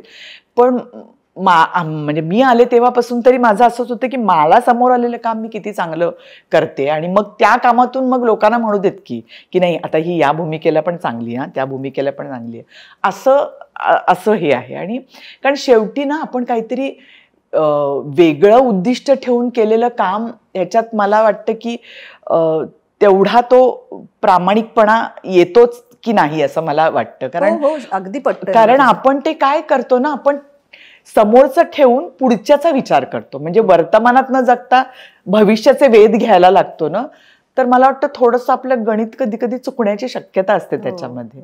त्यापेक्षा वर्तमानातलं जर आपल्याला काही बेस्ट आपण करू शकलो तर मला तरी ते जास्त आवडेल. नाही, कारण मी अजिबातच टीका म्हणून म्हणत नाही, पण मी तुला उदाहरण म्हणून सांगते की एकदा एका कुठल्या तरी मालिकेचं कास्टिंग सुरू होतं आणि मी थोडीशी टेबलच्या त्या बाजूलाही असते, त्याच्यामुळे मी त्या सगळ्या प्रोसेसमध्ये असते आणि बरेचदा विषय निघतात बोलता बोलता, हे काम ह्या अभिनेत्रीचं आधीचं चांगलं होतं तर मग आपण हिला इथे विचारूया या भूमिकेसाठी. तर असंच कोणाचा तरी विषय निघाला आणि अरे ती आता सध्या करत नाहीये, का करत नाहीये, तर तिला फिल्म करायची. ह्या घटनेला खूप काळ होऊन गेला, मला काही ती कधी कुठे फिल्म मध्ये दिसली नाही आणि त्याच्यानंतर काही काळाने मला ती परत कुठल्या तरी डेली सोप मध्ये दिसली. मला अशा वेळेला प्रश्न काय पडतो की ह्या मुलींची इच्छा कोणाचीही असेल की 70 mm वर स्वतःला बघावं, पण मधल्या काळात त्यांची ती लाईफस्टाईल कशी मेंटेन करायची? ते हिरोईन म्हणून स्वतःला प्रोजेक्ट करण्यासाठीची फोटोशूट्स म्हण, म्हणजे मी बेसिक सांगते, ती जिम म्हण, ते ट्रेनिंग म्हण, सगळं ह्यासाठी जो पैसा लागतो तो कसा उभा करतात, किंवा म्हणजे मला ते गणित कळत नाही. त्यामुळे मला ना कधी कधी भीती वाटते की तू म्हणालीस तसं की हातचं सोडून हे पळत्याच्या मागे लागणं आहे की काय. नाही, आणि कसं आहे ग, आता फिल्म इंडस्ट्री आपण म्हणू, म्हणजे हिंदीचं नाही बोलते मी, मराठीचंच बोलतेय, की आत्ता आपलं मराठीचा जो म्हणजे फिल्मचा किंवा चित्रपटांचा जो आहे त्याचा अजून एक प्रवाह बनायचाच आहे. म्हणजे मला असं वाटतं की इतकं तुरळक सगळं आहे, म्हणजे कशाला यश मिळेल माहिती नाही, कशाचं काय होईल माहिती नाही, त्याच्यामुळे निर्माते हे ते सगळेच तसे आपण शोधतोच आहोत की काय आवडणार आहे किंवा, आणि हे सगळं कळून म्हणजे मी त्या अर्थाने मला वाटतं की नाटकाला आज एक छान त्याचा एक प्रवाह निर्माण झाला. आणि आज कोविड नंतर पण पहिल्यांदा 500 रुपयाचं तिकीट काढून नाटकालाच लोक आले, चित्रपटाला नाही गेले, त्याचं तिकीट कमी असलं तरीही. तर त्याच्यामुळे मला असं वाटतं की चित्रपटाचा ना एक अजून तो एक मेनस्ट्रीम एक प्रवाह बनायचाच आहे. इतकं तुरळक सगळं आहे, मग त्याच्यामध्ये तुम्ही कसं म्हणजे कुठे स्वतःला हे करणार आहात. बरं, प्रत्येक वेळी ते तितकं सशक्त असेल हेही माहिती नाही. त्यामुळे ना तुम्हाला माध्यम निवडण्यापेक्षा मला असं वाटतं की थोडंसं सशक्त किंवा काय सकस आहे याचा थोडा जास्ती विचार करायला पाहिजे का, असं मला वाटतं. म्हणजे तुम्ही सकस अभिनय केला तर माध्यमही आपोआपच सकस होत जाणार आहे तुमच्या बरोबर ना, म्हणजे तुमच्या बरोबर माध्यमही ग्रो होत जाणारच आहे ना. तसं म्हणजे तू चांगलं लिहिते, आता माझं म्हणणं तू त्या चौकटीत राहून पण सिरियल लिहिलीस चांगली तर झाली ना ती चांगली, आणि बरोबर ते एक सकस तयार झालं तर त्यांनी टेलिव्हिजनला पुढे नेलं ना, तर मला वाटतं हा सगळा एकत्र मिळूनच तो प्रवास आहे ना. तर त्यामुळे हरकत नाही लोकांनी की चांगलं काय असेल मग त्यावेळी त्यांनी असं हे करू नये की हे सिनेमाचं, हे काय म्हणतात त्याला मालिकेचं किंवा हे नाटकाचं. कारण शेवटी कसं आहे म्हणजे मला स्वतःला मी तुला सांगते मी इतकी वर्ष काम करते पण मी सलग एकाच ह्याच्यामध्ये मी फार कमी काळ केले. मी आता सिरियल झालं आता मी थोडंसं हे करेन मग परत सिरियल करेन मग परत नाटक करेन. कारण तुम्ही एक कलाकार म्हणून पण आपल्याला बघ असं वाटत राहतं की आपण वेगवेगळं करत राहावं म्हणून. कारण आर्टिस्ट कोणालाही असंच वाटतं ना की आपण वेगवेगळं करत राहावं म्हणून. त्यामुळे कशासाठी तरी थांबून राहण्यापेक्षा थोडंसं वेगवेगळे प्रयोग आपण जर असे करून बघितले तर ते आपल्यासाठी पण चांगलं असतं आणि आपल्याबरोबर ज्या ह्याच्यात काम करतो त्यांनाही ते नक्कीच चांगलं असतं. ह्या सगळ्या जेव्हा भाषा बदल तू केलास म्हणजे तू हिंदीमध्ये नागेश कुकनूर सारख्या दिग्दर्शकाबरोबर तू अनेक सिनेमे केलेस. इक्बाल तर खूपच गाजला. डोर तू केलास त्याच्याबरोबर. आशा आहे म्हणून केला, अजून एक मोड म्हणून केला, बरेच केले. तू त्याच्याबरोबर 3-4 एका पाठोपाठ एक सिनेमे केलेस. तो अनुभव कसा होता? म्हणजे पुन्हा एकदा मला नेहमी असं वाटतं की त्या माणसाची सुरुवात, त्याचं अपब्रिंगिंग आणि तिथून पुढे तो आत्ता आपण बोलतो आहोत त्या टप्प्यापर्यंतचा प्रवास बघता त्या माणसासाठी ती मोठी उडी असते. हो, नक्कीच नक्कीच. आणि मग ही उडी घेऊन तिथे गेल्यानंतरचं ते सगळं वातावरण यात हुरळून जायलाही होऊ शकतं. तर तुझा कसा होता तो अनुभव सगळा? ऍक्च्युली मी माझा भेट चित्रपट माझा जो होता मराठीमधला तर तो बघायला के संजय म्हणून ना जुही चावलाचा सेक्रेटरी होता तो आला होता आणि त्याला ते खूप आवडली ती फिल्म. आणि त्यांनी एकदा नागेशला सांगितलं असं की मला असं असं वाटतंय की तुम्ही जे इक्बालचं स्क्रिप्ट करताय त्याच्यामध्ये मला ही वाटते त्या रोलला सूट. तर मला वाटतं नागेशचं त्यावेळी काहीतरी ठरलं होतं ऑलरेडी. मला वाटतं किटू गिडवानी किंवा कोणीतरी असं ठरलं होतं त्याचं. त्यामुळे त्यांनी काही तसं फारसं लक्ष दिलं नाही आणि त्यांनी काही तसं बघितलेले नसल्यामुळे तसं काही होण्याचा प्रश्नच नाही. पण त्यांचं समाव काही जमलं नाही नागेश आणि किटूचा वगैरे. तर त्यांनी इमिजिएटली केसला फोन केला आणि सांगितलं की तू जी म्हणाला होतास ती जरा आम्हाला सांग म्हणजे इकडे सुचव वगैरे. तर आम्ही मला आठवते म्हणजे तेव्हा तर माझा डेट्सचा पण काहीतरी गोंधळ होत होता. मी काहीतरी एक टॉक शो करत होतो युनिसेफसाठी आणि मग मी म्हटलं की अरे बापरे हे 1-2 दिवस कसे होणार. पण असं बरंच झालं आणि मग तो माझ्याशी फोनवरती बोलला म्हणजे नागेश. तर मला म्हणजे सगळ्यात तेच एकीकडे काय होतं ना आपल्याला त्या दरम्यान असे खूप जण विचारतात की काय मग आता काय फिल्म्स का, मग आता काय हिंदी फिल्म्स का, मग आता काय मराठी फिल्म्स का असं वगैरे. तर असं मी काय फार तसा विचार केला नव्हता आणि असं मला हेही वाटत होतं की अरे मला फिल्म्स करायच्यात म्हणून काय मला कोणी फिल्म देणार नाही का. ते पोचण्यापर्यंत साठी पण काहीतरी असावं लागतं ना शेवटी. तर त्यामुळे मला असं वाटलं की अरे बरं नागेशची मी ती हैदराबाद ब्लूज म्हणून फिल्म पाहिली होती जी मला आवडली होती. रॉकफोर्ट पाहिली होती आणि मग त्यांनी मला फोनवरती तो बोलला आणि तो बोलला म्हणजे तुला मी सांगते तो असं काही बोलला की म्हणजे मला असं वाटलंच नाही की आम्ही पहिल्यांदा भेटलो नाही किंवा काय वगैरे. तो ज्या पद्धतीने बोलला ना म्हणजे की असं प्रतीक्षा मी आता तुला या सैदासाठी हे करतोय वगैरे आणि मी तुला कास्ट करतोय म्हणजेच मला असं वाटतं की मी अर्ध हे केलेलं आहे म्हणजे युद्ध तिथेच जिंकलेलं आहे. कारण जनरली माझा कल असतो की सूट असणाऱ्या लोकांना करायचं आणि फक्त एवढंच लक्षात ठेव की मी तुला कास्ट केलंय तर त्याच्यात ती एक स्ट्रॉंग आहे ती आई. तर तू असं नको समजत की स्ट्रॉंग आहे म्हणजे तुला काहीतरी वेगळं स्ट्रॉंग करायचंय. तू आहेस तशीच मला अपेक्षित आहेस त्यामुळे तू तुझंच नॅचरल जसं आहे तसं नॅचरली कर वगैरे. तर मला तिथेच इतकं त्याची अशी क्लॅरिटी आपण म्हणतो ना ती त्याच्या थॉट्सची पण क्लॅरिटी, त्याचा प्रोजेक्टकडे बघण्याचा दृष्टिकोन हे सगळं म्हणजे मला ते खूप छान वाटलं. म्हणजे ॲट द सेम टाईम मला ती जबाबदारीही वाटली कारण एकाला नाकारून त्यांनी मला तिकडे बोलवलं होतं त्यामुळे तसं ते होतंच फिलिंग. त्यामुळे पोचेपर्यंत ते टेन्शन डेफिनेटली होतं मला की हे कारण काय भाषा बदल तू म्हणतेस तसा भाषा बदल पहिल्यांदा इतक्या दूर म्हणजे मी हैदराबादपासून पण जवळजवळ 8 तासाचा प्रवास असं ते गाव होतं तेनमला म्हणून तिथे त्याचं शूटिंग झालं. म्हणजे आसपास सगळे बोलणारे पण सगळे तेलुगू बोलणारे सगळे आसपास. भाषा इथली हिंदी नाही आणि म्हणजे तेलुगूपेक्षाही ते युनिट सगळं तसं इंग्रज आळलेलं. ते युनिट इंग्रज आळलेलं आणि हे सगळे स्पॉट बॉय पासून सगळे तेलुगू म्हणजे तुम्ही म्हणजे भाषा म्हणजे जे आपण म्हणतो ना की म्हणजे ते पण ते त्याच्यातलं जे आहे ना तो कम्फर्टच नाही नाही काहीच नाही. म्हणजे तुम्ही असं नाही की कोणत्याही सुरुवात करताना असं जे आपल्याला कधी कधी रिलॅक्स व्हायला होतं सुरुवात ती रिलॅक्सेशननी नव्हतीच. म्हणजे सुरुवात आपलं ते व्यवस्थित झालं पाहिजे अशीच होती. पण मला असं वाटतं की अशा वेळी थोडंसं मला वाटतं की आपण जे पूर्वी काम केलेलं असतं किंवा आपण जे वाचलेलं असतं बघितलेलं असतं त्या सगळ्या गोष्टी जर आपण आठवल्या किंवा आपल्याला माहिती की अरे आपण नीट विचार करूनच करू. आपण नीट खूप पाहिलेलं आहे वेगवेगळं. त्याचा आपण काहीतरी आपल्या बॅक ऑफ द माइंड असेल. आपण काहीतरी विचार केलेला आहे. आपण काहीतरी विचार ठरवून इथे आलेलो आहोत. त्यामुळे ही एक जी आपण म्हणतो ना की बैठक आपली जी झालेली असते ना तयार त्या गोष्टीचा खूप उपयोग होतो असं मला वाटतं की त्यामुळे तुम्ही ना छान भिडू शकता एखाद्या गोष्टीला आणि आधीची पाटी कोरी करून भिडू शकता असं मला वाटतं. कारण नाही तर अनेकदा आपल्या आधीचे ठसे तसेच राहिलेले असतील तर मग खूप आपल्या मनात असे ग्रजेस यायला लागतात की नाही नाही मी तर असा विचार केला होता मला तर असं वाटत होतं. तर तसं न करता तुम्ही एक फ्रेशली त्याला भिडलात ना. आणि त्याने खूप छान केलं होतं की एक दिवसाची सुट्टी ठेवली होती माझ्याशी हे करायला बोलायला आणि त्याने त्याच्यात ते खूप छान पद्धतीने सांगितलं आणि मग त्याच्यामुळे मीही रिलॅक्स झाले.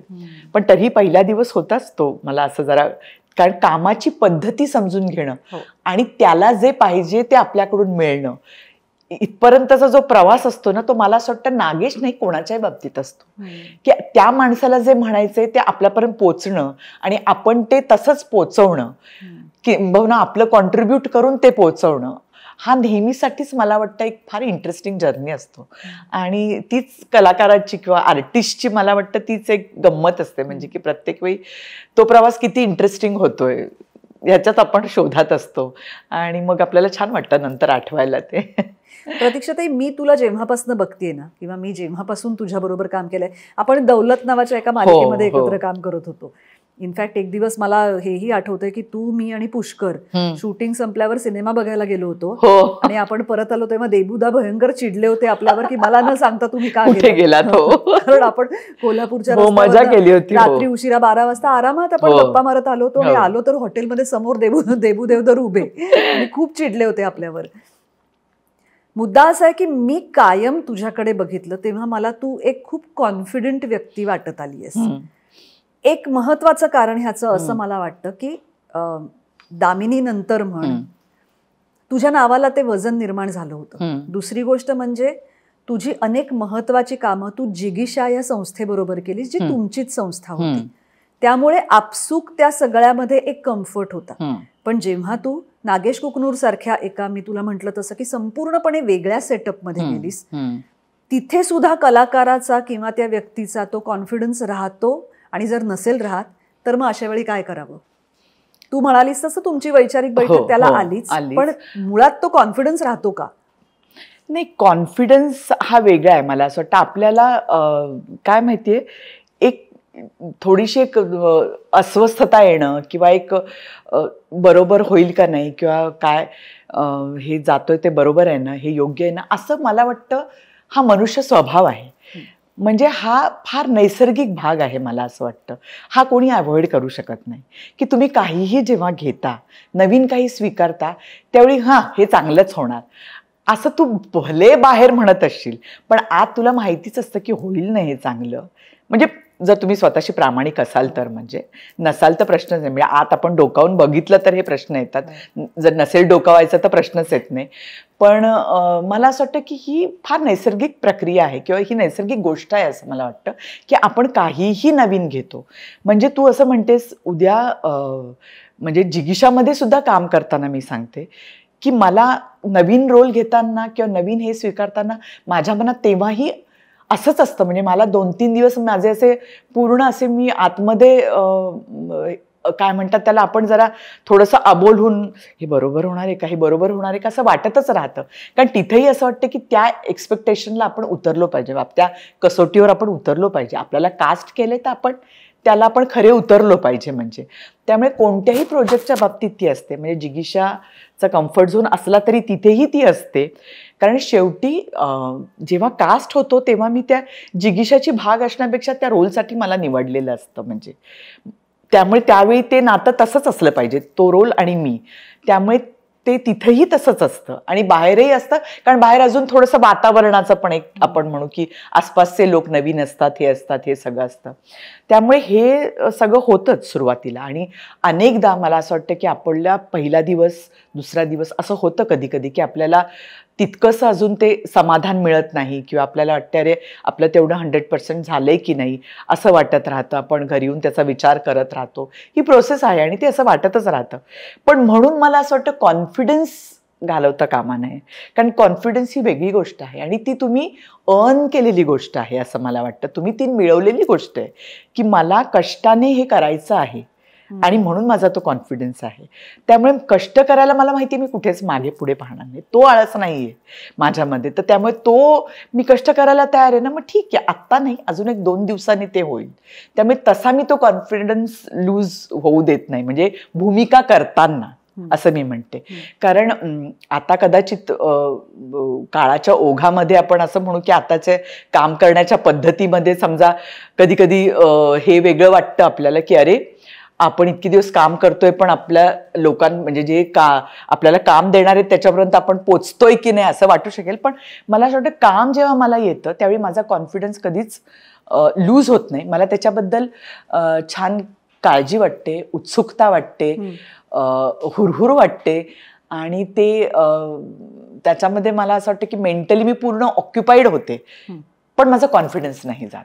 आणि मला वाटतं कॉन्फिडन्स जाऊ देण्याची गरजही नसते, कारण तो आपण आत्तापर्यंतच्या गोष्टींकडे आपण बघितलं आपल्या, तर त्याच्यात आपण उभं राहिलेलंच असतो, पडून उभं राहिलेलंच असतो आपण ना. म्हणजे काही कायम पडलेलोच नसतो आपण किंवा कायम उभेच नसतो. त्यामुळे ते अप्स अँड डाऊन्स असणारच, पण ती गोष्ट वेगळी आहे आणि ती मला वाटतं आपण लूज करता कामा नये, म्हणजे ती असायलाच हवी आपल्यामध्ये. आता तू जिगीषा या संस्थेचा एक महत्वाचा भाग आहेस. एक ना आपल्याकडे असं म्हटलं जातं की आपापल्या ग्रुप्समध्ये लोक काम करतात किंवा ती लॉबी असते, नाटकांमध्ये म्हण किंवा चित्रपटांमध्ये म्हण. मालिकांमध्ये तेवढं नाही, कारण मालिकांमध्ये गरज पण असते एवढी, म्हणजे आर्टिस्टची सतत गरजच असते. बरोबर, त्याच्यामुळे ते शक्यही नसतं. पण जेव्हा तू एका महत्वाच्या संस्थेचा एक भाग असतेस तेव्हा त्या संस्थेच्या बाहेर काम करणं हे शक्य असतं का, किंवा त्या संस्थेची विचारसरणी म्हणजे तुझी विचारसरणी असेल असं समजलं जातं? किती अवघड आहे त्या संस्थेच्या त्या वलयाच्या बाहेर पडून एक व्यक्ती म्हणून काम करणं? मला कसं वाटतं माहितीये मुग्धा याच्याकडे, की आता जिगीषा नावाचा माझा एक ग्रुप, त्याची मी महत्वाचा भाग आहे असं म्हणूया आपण. कसं आहे ना, प्रत्येकाची कुठून तरी सुरुवात होतच असते आणि प्रत्येकाचा काहीतरी ग्रुप असतो, प्रत्येकाने कोणाकडून तरी काहीतरी घेतलेलं असतं, काहीतरी बरोबर घेऊन पुढे जात असतो. गंमत जिगीषाची हीच झालेली आहे की जिगीषा हा ग्रुप होता, ती संस्था झाली, ती प्रायव्हेट लिमिटेड कंपनी झाली आणि आता जवळजवळ 40 वर्षात ती एक चळवळ झाली. चळवळ या अर्थाने माझं म्हणणं की आज किती लोक जोडले गेलेले आहेत, किती जण. आता तू स्वतः किती छान सगळीकडे काम केलेलं आहेस जिगीषामध्ये. तर मला असं वाटतं की जसं मी, म्हणजे मला माहिती नाही माझं उदाहरण योग्य आहे किंवा नाही, पण मला कसं वाटतं माहिती आहे, आपण बघतो बघ अशी घराणी असतात अनेक. आता आपण विजयाबाईंच्या पण आता नीनाताई किंवा वंदनाताई किंवा रीमाताई या सगळ्या त्या पण नाही, विजयाबाईंनी मला असं सांगितलं होतं. तर हे काय मला वाटतं की घराणं असतं, जसं गायकांच्या ह्याच्यात तर खूपच असतं म्हणजे. तर तसं असणं ही एक गंमत आहे असं मला वाटतं, कारण तो माझ्या अस्तित्वाचा भाग असणारच आहे. त्यामुळे ते मी कुठे डिसोन नाहीच करू शकत ना. मग त्याचे झाले मला काही तोटे किंवा मला झालं काही तर मला काही, कारण त्याच्यासाठी म्हणून मी माझं अस्तित्व डिसोन नाही करू शकत ना. तर त्यामुळे मला असं वाटतं की हे सगळं असं होत आलेलं असताना त्या घराण्यात हे पण सांगितलेलं आहे किंवा त्या जिगीषामध्ये की तुम्ही, म्हणजे आज म्हणून चंदूने अनेक कलाकारांबरोबर, अनेक रंगकर्मींबरोबर काम केले, आर्टिस्ट बरोबर, पण कधी त्याला असं नाही झालं की अरे प्रतीक्षाबरोबर काम करताना मजा आली तर मुग्धा बरोबर नाही आली, असं नाही झालं. आज हॅमलेट करताना तुषार बरोबर मी एवढं काम केलं असताना त्यांनी तुला कास्ट केलं का? कारण मला असं वाटतं की ही सगळी ग्रो होण्याची प्रक्रिया जर तुम्ही छान समजून घेतली ना, तर मला असं वाटतं की बाहेर पण काम करताना तो त्रास व्हायला नको. कारण की जसं जिगीषात काम करताना बाहेरच्या लोकांना त्रास आणि बाहेरचे मला म्हणावंही वाटत नाही, कारण तो इतका टिपिकल शब्द आहे बाहेरचे. पण समजा जिगीषा बरोबर जे ग्रो झालेले नसतील असं आपण म्हणूया, त्यांना काम करताना जो आनंद मिळतो तसंच मला बाहेर काम करताना पण आनंद मिळतो. कारण माझी पण ती बाहेर काम करून ती ग्रो होण्याची प्रोसेसच असते. त्याला वेगळ्या म्हणजे प्रशांतला जसं वेगळ्या अभिनेत्रीने त्याचा लिहिलेला शब्द बोललेला आवडत असेल, दिग्दर्शकाला त्यांनी सांगितलेलं वेगळ्या अभिनेत्रीने केलेलं आवडत असेल, तसंच मलाही वेगळ्या दिग्दर्शकाचं, वेगळ्या लेखकाची वाक्य बोलायला तेवढेच आवडतात. आणि उलट मला त्यांना समजून घ्यायला अधिक आवडतं कधी कधी, की अरे अच्छा अच्छा याचं असं होतं. तर त्यामुळे मला असं वाटतं की असा कम्फर्ट झोन आपण तोडायलाच पाहिजे. म्हणजे अशा कम्फर्ट झोनमध्ये राहण्यात आनंद मानण्यात अर्थ नाहीये की बापरे मी माझ्या होम प्रोडक्शन मध्ये ना मजा कशाला पाहिजे. ती मजा त्रास घेऊन करूया की मजा, म्हणजे पेन घेऊन करूया की मजा. त्यामुळे तो कम्फर्ट झोन मला मोडायलाच आवडेल आणि तोडायलाच आवडेल. आणि उलट इतरांचं काय म्हणणं किंवा इतर कसे काम करतायत ते मला अधिक जाणून घ्यायला आवडेल नक्कीच. पण हे तुझं मत झालं, लोकांचा काय दृष्टिकोन असतो म्हणजे तुला कास्ट करताना म्हण किंवा हे बघ कसं आहे ना, आता अनेक गोष्टी आहेत त्याच्यामध्ये. आता लोकांचा कदाचित असा असूही शकेल म्हणजे की अरे हे या जिगीषाची आहे किंवा काय वगैरे. पण मला असं वाटतं तो लोकांचा विचार आहे, तो माझा विचार नाहीये. त्यामुळे मी त्याबद्दल त्याला मी फार नाही महत्त्व देणार.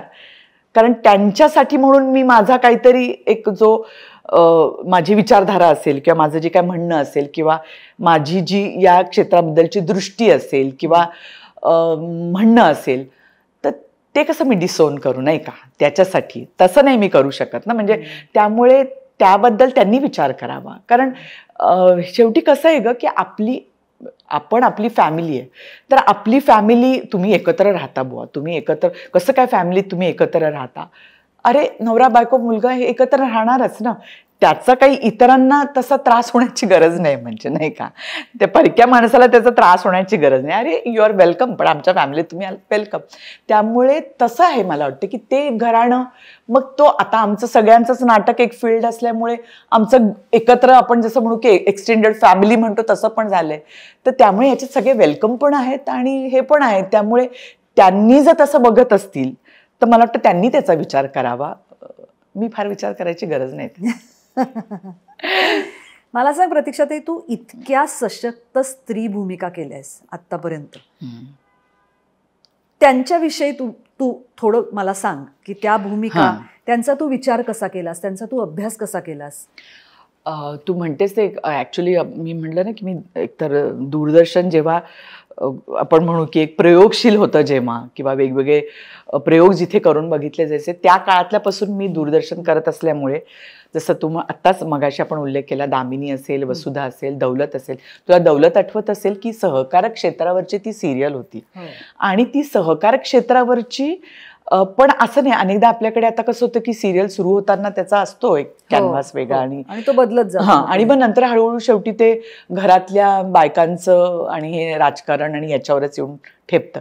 तर तसं ते नव्हतं तेव्हा. आणि त्यावेळी ते तसं म्हणजे त्याच पद्धतीने माझ्या झणकरनी ती इतकी सुंदर लिहिली होती मालिका. तर ते तशा प्रकारच्या भूमिका करताना म्हणजे मला असं वाटतं ना की त्यांनी तुम्हाला ना, म्हणजे एकतर आपण पण भूमिकेला काहीतरी देत असतोच आणि त्यांच्याकडून पण आपल्याला काही ना काहीतरी इनडायरेक्टली मिळतच असतं. तर मला ना म्हणजे आत्ता अलीकडे, म्हणजे मी फार पाठीमागे न जाता मी उलट जिजाऊ आऊसाहेबांच्या भूमिकेबद्दल तुला सांगेन की म्हणजे मला असं जाणवलं ती करताना ती भूमिका ऐकून की अरे आपण किती छोट्या छोट्या गोष्टींसाठी अनेकदा कुरकुर करतो बघ. असं म्हणजे की काय हे नाही मला मिळालं, ते नाही मिळालं, बापरे मला एवढ्या उन्हातून जावं लागलं आणि मग मला तिथे गेल्यावर पाणी पण नव्हतं प्यायला, आणि असं म्हणजे खूप अगदीच तक्रारी असतात आपल्या. आणि कधी कधी तर आपण अगदी कसला तरी आपला राग असतो आणि आपण त्या करत राहतो म्हणजे. तर तसं मला वाटलं की काय ह्या बाईच्या आयुष्यात, म्हणजे जिजाऊ आऊसाहेबांच्या आयुष्यात, की म्हणजे काय नसेल आलं की म्हणजे वडील मारले गेले, भाऊ सगळे कटामध्ये मारले गेले, आणि अशावेळी या बाईंनी एक स्वराज्याचं स्वप्न बघणं आणि त्याच्यासाठी तिने म्हणजे नवरा तिकडे म्हणजे सरकार दरबारी नोकरी करत असताना त्या 8 वर्षाच्या शिवाजी महाराजांमध्ये तिने ते सगळं काय म्हणतात त्याला सांगणं त्याला आणि त्याच्यावर बिंबवणं वगैरे.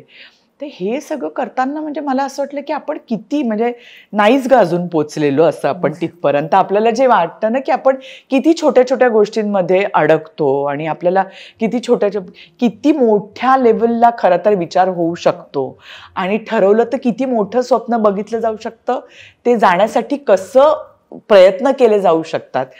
तर मला ते त्या निमित्ताने फार जाणवलं की आपण फार, आणि विशेषतः मला असं वाटतं की आपल्या नटनट्यांच्या बाबतीत हा नेहमीच केलेला आरोप आहे की आपण फार स्वमग्न असतो आणि आपण फार स्वकेंद्रीय असतो आणि आपल्या पद्धतीनेच आपण फक्त आपलाच विचार पहिले सेंटरला ठेवून करतो.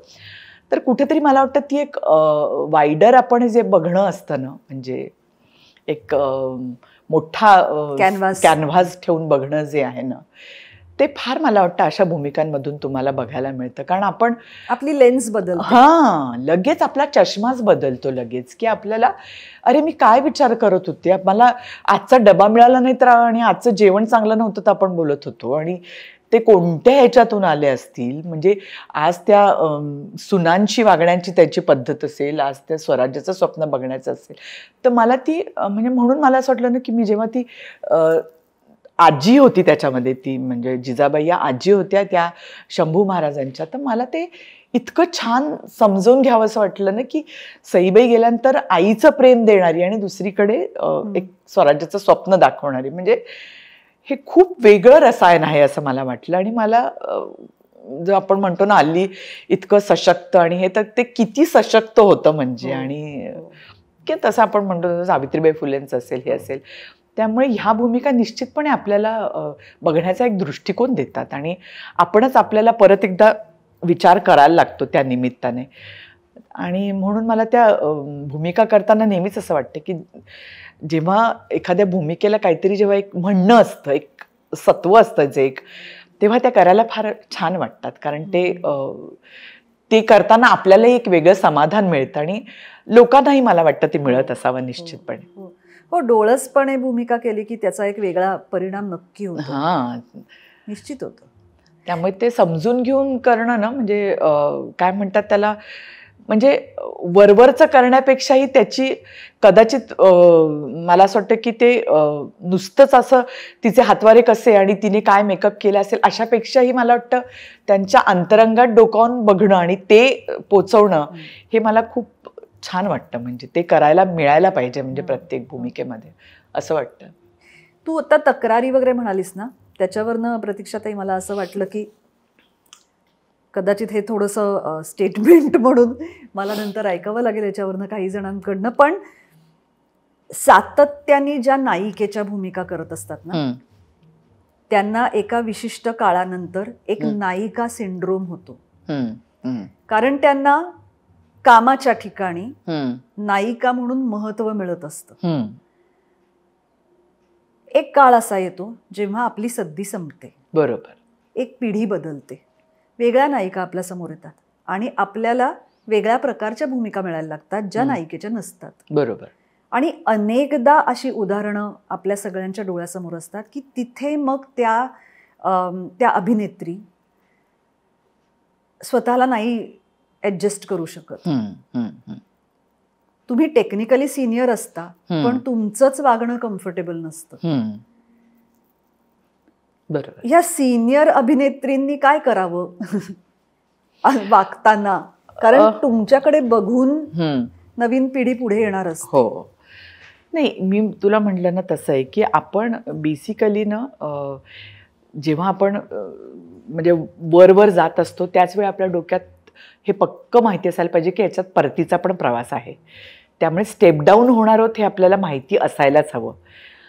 आणि अनेकदा माहिती असतं पण ते गळी उतरवणं अवघड जातं. ते वळत नाही. ते वळत नाही, म्हणजे कळून पण वळत नाही.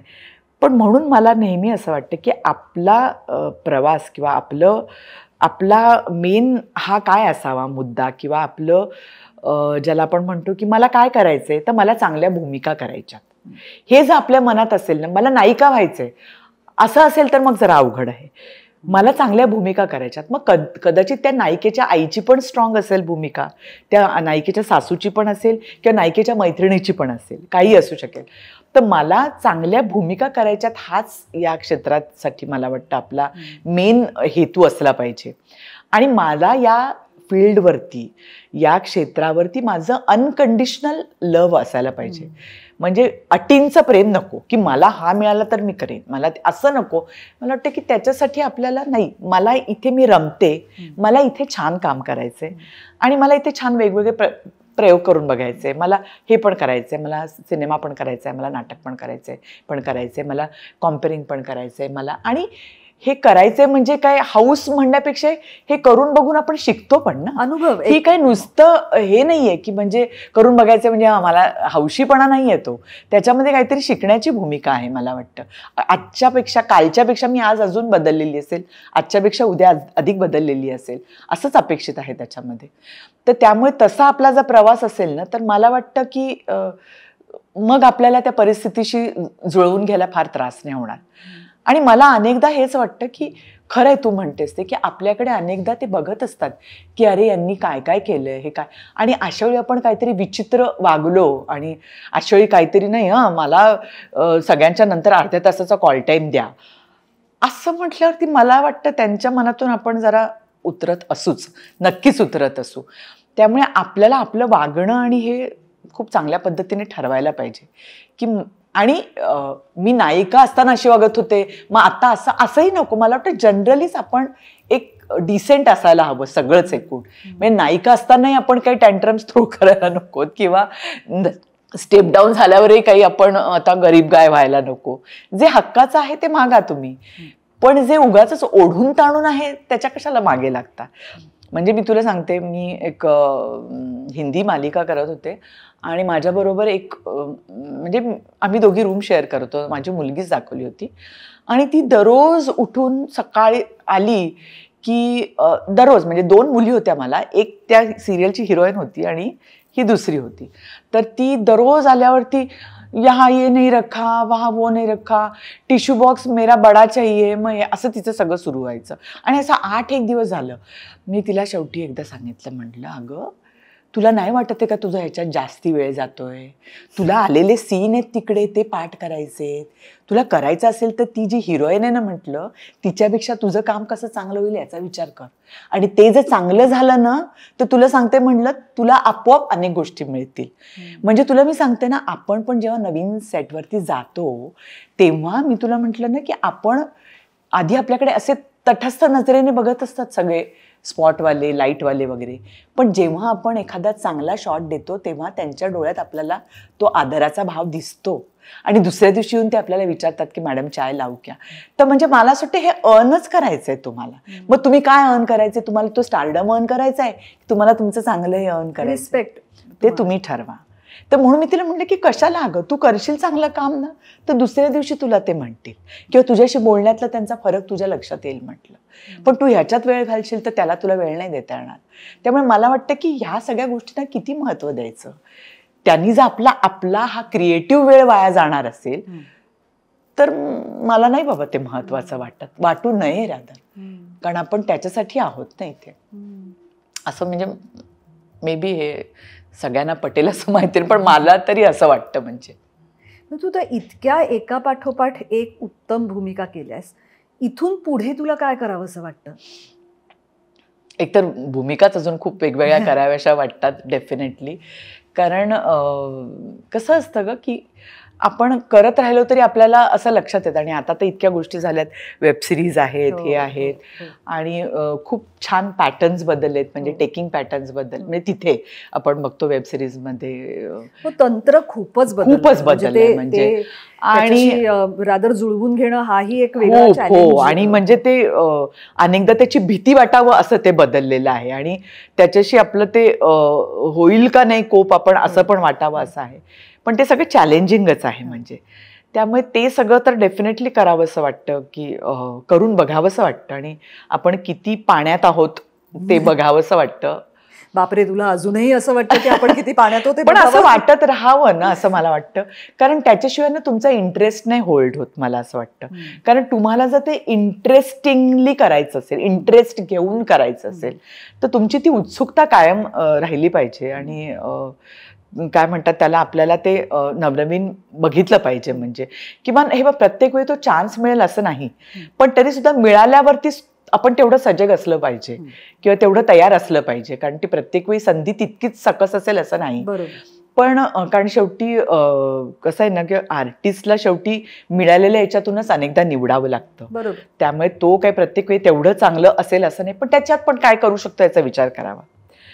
पण आता खरं म्हणशील तर आता मला थोडंसं असं काहीतरी ऍक्टिंगवरची काही पुस्तकं असतील तर जरा मला ट्रान्सलेशन वगैरे करण्यात इंटरेस्ट आहे. किंवा काही चांगली आत्मचरित्र असतील हॉलिवूडच्या यांची, तर ती मला जरा ट्रान्सलेट करावीशी वाटतं. हो, अगदी. आणि म्हणजे मला असं थोडंसं असं वाटतं की भूमिका आणि ती घडत जाणं, किंवा आर्टिस्ट आणि भूमिका हे कसे घडत जातात, किंवा ह्याचा काही जर मला काही थोडासा इंटरेस्टिंग प्रवास मांडता आला किंवा काही करता आलं तर आहे मला उत्सुकता त्याच्यामध्ये करायची काहीतरी. आणि आता रुंजी कॉलेजमध्ये जाणार. हो. तिला अभिनेत्री व्हायचंय. हो, तिला म्हणजे तिला या फील्डमध्ये यायचंय डेफिनेटली. आता काय घरामध्ये 24 तास हेच बोलणं चालू असतं आपलं, त्याच्यामुळे त्यांना त्याच्याबद्दल निश्चितपणे उत्सुकता वाटते. पण तिला तेच सांगितलं की तू एकदम अशी उडी मारू नकोस की अभिनेत्री व्हायचंय. तू आधी बघ सगळं, आणि इतर पण तुला काही इंटरेस्ट वाटतायत का हे पण एकदा आजमावून बघ. आणि ह्याच्या काय बाजू आहेत किंवा ह्यातले काय खाचखळगे आहेत ते सांगायला तर आम्ही आहोतच. म्हणजे ते आम्ही सांगूच. आणि ते इतकं काही सोपं नाहीच आहे, काही केक वॉक नाहीच आहे. आणि आता ते सगळं इतकं बदललेलं आहे. म्हणजे आपण, मी तेच म्हणलं ना, तेव्हा कामातून काम मिळणं किंवा काम करतेच आहे ही याच्यासाठी आपल्याला वेगळं काही प्रूव्ह करायला लागायचं नाही. आता जे तुम्हाला तुमच्या अस्तित्वासाठी जे एक वेळोवेळी आता मी आहे, आता मी आहे असं जे अनेकदा प्रूव्ह करावं लागतं तुम्हाला. तूच एक म्हणाली होतीस एकदा मला, तू सांगितलं होतंस की पूर्वी कामातनं प्रसिद्धी मिळायची, आता तुम्ही प्रसिद्ध असलात तर काम मिळतं. प्रसिद्ध व्यक्तीला काम मिळतं असं आहे. तर त्यामुळे ते कसं आहे ना की हे सगळं म्हणजे काळात झालेला हा बदल आहेच येतो. आणि याच्याकडे कसं बघायचं ते अजून मला फारसं ठरवता आलेलं नाहीये. म्हणजे मी पण ते अजून बघतेच आहे की कसं तो बदल होत गेला. आणि आपल्याला असं वाटतं की अरे मी काम करतेय ना, मग लोकांना ते कळावं किंवा हरकत नाही. म्हणजे आता म्हणजे म्हणून मला इतकं हे वाटतं ना की आपलं अस्तित्वच जर आपल्याला प्रूव्ह करायचं असेल किंवा काय, तर म्हणजे मला स्वतःला नक्कीच असं आवडेल जरा की मग आपण काही वेगळी अभिवाचनं करावीत, काही काय म्हणतात त्याला छान वाचावं, त्याच्याबद्दल रिॲक्ट व्हावं. हे तर म्हणजे अशा पद्धतीने अजून वेगवेगळी पर्सनॅलिटी आपल्याला डेव्हलप करायची असेल तर जरूर करावी.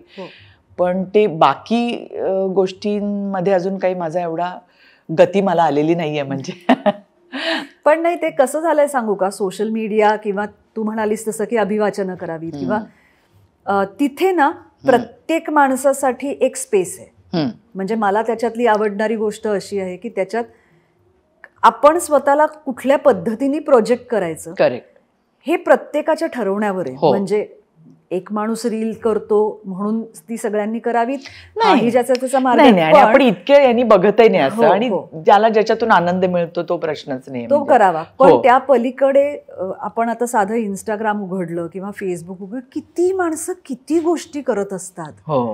आणि त्या माणसाला ते करायला आवडतं म्हणून तो करतो. म्हणजे कोणीतरी एक जण मराठी भाषेतले अवघड अवघड शब्द सोपे करून सांगत असतो, कोणीतरी म्हणींचे अर्थ सांगत असतो, कोणीतरी अजून काहीतरी इतिहासातल्या गमती जमती, कोणीतरी श्लोक म्हणून दाखवत असतो. म्हणजे मला ते बघून इतकी गंमत वाटते ना की त्या माणसाला जे करावंसं वाटतं ते तो सोशल मीडियावर करू शकतो. आणि ते बघणारं कोणीतरी जगात असतंच. बरोबर आहे. पण ते तुम्हाला वाटते म्हणून तुम्ही करताय असा त्याच्यात भाग असा, कोणाला तरी दाखवण्यासाठी करताय असं आलं की मग त्याच्यात अनेक गोष्टी आपण मग घुसडत राहतो. म्हणजे ना, त्यामुळे स्वतःला वाटतंय ते डेफिनेटली करायला पाहिजे. म्हणून मी तुला म्हटलं ना की मला अजून काही त्याच्यामध्ये म्हणजे मला ते चॅलेंजेस वाटतं डेफिनेटली. कारण ते कसं आहे की तुम्हाला जर आवडायला लागलं तर तुम्हाला त्याच्यात गती येते आणि मग गती आली तर तुम्ही त्याच्यात काहीतरी करू शकता. तर त्याच्यामुळे तो काळाचा भाग आहे आता हे समजलेलं आहे. पण अजून ते कसं स्वीकारायचं याच्याबद्दल नाही अजून मला कळलेलं आहे की ते कसं स्वीकारायचं ते. इनफॅक्ट मला ते अजून तो प्रवास माझा नाही झालाय तेवढा याने सुरू. त्यामुळे मला माझं अस्तित्व हे करायचं असेल तर मला जास्ती हे मार्ग असे वाटतात किंवा मला कोणाला तरी असं सांगायला आवडेल की मग मला तुझी फिल्म आवडली, मला तुझ्याबरोबर काम करायचं. मला काही वाटणार नाही असं सांगायला. त्यामुळे मला तसं पोचायला आवडेल किंवा तसं माझं अस्तित्व दाखवायला आवडेल मला नक्कीच. नाही तर त्याच्यामुळे कदाचित रुंजीला ह्या सगळ्या गोष्टींचा जास्त विचार करावा लागेल आता इथून पुढे. पण ते मला असं वाटतं थोडंसं ते काळाचा भाग असल्यामुळे ना त्यांना त्या गोष्टी काही गोष्टी आपसुकच येतात ना, तसं आहे ते म्हणजे. आणि इनफॅक्ट ती अनेकदा मला म्हणते की आई तुला कसं हे काही करावंसं वाटत नाही वगैरे वगैरे. नाही तिने काही नाही, तिचं एक आहे, तिने अजूनही इन्स्टा वगैरे उघडलेलं नाही, म्हणजे अकाउंट ओपन केलेलं नाही आहे तिने. त्याच्यामुळे सगळ्या गोष्टी मला वाटतं त्या त्या वेळी व्हाव्यात, त्या योग्य वेळी व्हाव्यात म्हणजे तसं. त्यामुळे तिला हे नक्कीच या सगळ्या चॅलेंजना तोंड द्यावं लागेल. आणि अजून कितीतरी असतील म्हणजे हेच नाही, याच्या व्यतिरिक्त अजून कितीतरी असतील आणि ते तिला जे मी पाहिलंही नसेल किंवा मी इमॅजिनही केलं नसेल असं काहीतरी तिच्या समोर असेल. अगदीच आपल्याला काय माहिती पुढे काय होणार. त्यामुळे आपल्याला फक्त त्यांना तयार करणं एवढंच आपल्या हातात आहे. किंवा तिला ते सांगू शकते मी तू तयार राहा सगळ्या गोष्टींना आणि छान फेस करते. प्रतिमा ताईनी म्हणजे तुझ्या मोठ्या बहिणीनी प्रतिमा जोशीनी, मी हे प्रेक्षकांसाठी म्हणून उघड करून सांगते आहे, उत्तम फिल्म केली आम्ही दोघी सारखी, national award winning short film केली चंद सासे. तुला कधी दिग्दर्शन करावं असं नाही वाटत? अजून नाही फार मी त्याचा कधी विचार केला. कारण प्रतिमाचा ना प्रवासच ऍक्च्युली दिग्दर्शनातून झाला. ती पालेकरांकडे होती, मग चंदूकडे होती आणि मग तिला. त्यामुळे तिच्यासाठी तिने ऍक्टिंग करून जसं बघितलं तसं आहे ते म्हणजे. त्याच्यामुळे अजून मी तसा फार विचार नाही केला. आणि मला फार असं वाटतं की त्याच्यासाठी खूप सगळ्या अंगांनी जे विचार करणं आहे किंवा पूर्ण झोकून देऊन ते सगळं जे आहे त्याची अधिक अजून तयारी व्हायला पाहिजे असं मला वाटतं. म्हणजे ती काही इतकी वरवरची गोष्ट नाही आहे आणि त्याला खूप खोलात जाऊन आपण आणि आपली ती मानसिकताही असायला हवी असं मला वाटतं. आणि तेवढं काम करण्याची तयारी समजा आपण असते आपली, पण ती मानसिकता फार, तो मेंटल आपण जे म्हणतो माइंडसेट तुमचा येणं, तर तो कदाचित अजून माझा तयार झाला नसावा असं मला वाटतं. त्यामुळे मला उलट ह्या गोष्टी उलट अजून जरा वाटते की काही ऍक्टिंगची पुस्तकं वगैरे मी जे म्हणते ना की मला फार वाटतं की काहीतरी असं छानसं आपण ते केलं पाहिजे. की काय इंटरेस्ट थोडा जास्त अकॅडमिक आहे. हां, शक्य आहे तसं पण असेल की तसं. त्यामुळे मला तसं काहीतरी करून बघावं असं वाटतं. वा, मग लवकरच मला असं काहीतरी वाचायला आवडेल जे तू लिहिलं असशील किंवा मे बी वर्कशॉप्स किंवा असं काहीतरी जिथे तू हे बोलशील, जिथे तू हे सगळं सांगशील, असं काहीतरी ऐकायला नक्की आवडेल, मलाही आवडेल. लवकर घडवते काहीतरी. हो, कारण हा त्या प्रवासाचा एक पुढचा टप्पा किंवा एक वेगळा भाग असं आपण म्हणूया. आणि मला असं वाटतं की अजून पुढची बरीच वर्ष मी कुठून तरी अभिनेत्री म्हणून तुझ्याकडे बघत राहीन, तू कुठून तरी काम करताना मला बघत राहशील. त्याच्यामुळे मला मजा वाटेल तू असं काहीतरी वेगळं करताना बघायला. नाही, मलाही आवडेल. आणि कसं आहे ना की आपण, मला वाटतं उलट आता जसं आता हा इंटरव्ह्यू आहे तर मला वाटतं या निमित्ताने मला तेच वाटतं की आपण पण एक थांबून विचार करतो. कारण आपण इतके कधी कधी वेगळ्याच गोष्टी चालू असतात तशा आणि आपण ते थोडं बाजूला ठेवलेलं असतं. पण या निमित्ताने आपण तो पण विचार करतो ना की अरे खरंच आता मला थांबून काय करायचंय, काय करता येईल बरं आता मला. आणि ते खूप छान असतं मला वाटतं. कारण कोणतंही नवीन सुचणं, नवीन करावंसं वाटणं आणि तिथपर्यंत पोचणं हा फार छान वयाच्या कोणत्याही टप्प्यावरती आनंद देणारा तो प्रवास असतो. नाही, आणि कलाकाराला वयच नसतं, म्हणजे त्याला काहीतरी सतत करावंसं वाटतच असतं. ती संधीही मिळत असते. म्हणजे आपण सुदैवी होत्या बाबतीत, आपल्याला सतत वेगवेगळ्या काहीतरी गोष्टी करण्याची संधी मिळत असतात आणि आपण त्या घेतल्या तर म्हणजे आपलं आयुष्य बोरिंग कधी जात नाही, कधीच नाही. सतत काहीतरी हॅपनिंग असतंच म्हणजे ते. त्यामुळे ती मजा असते Yes. आणि ती मजा घ्यायलाच हवी आपण.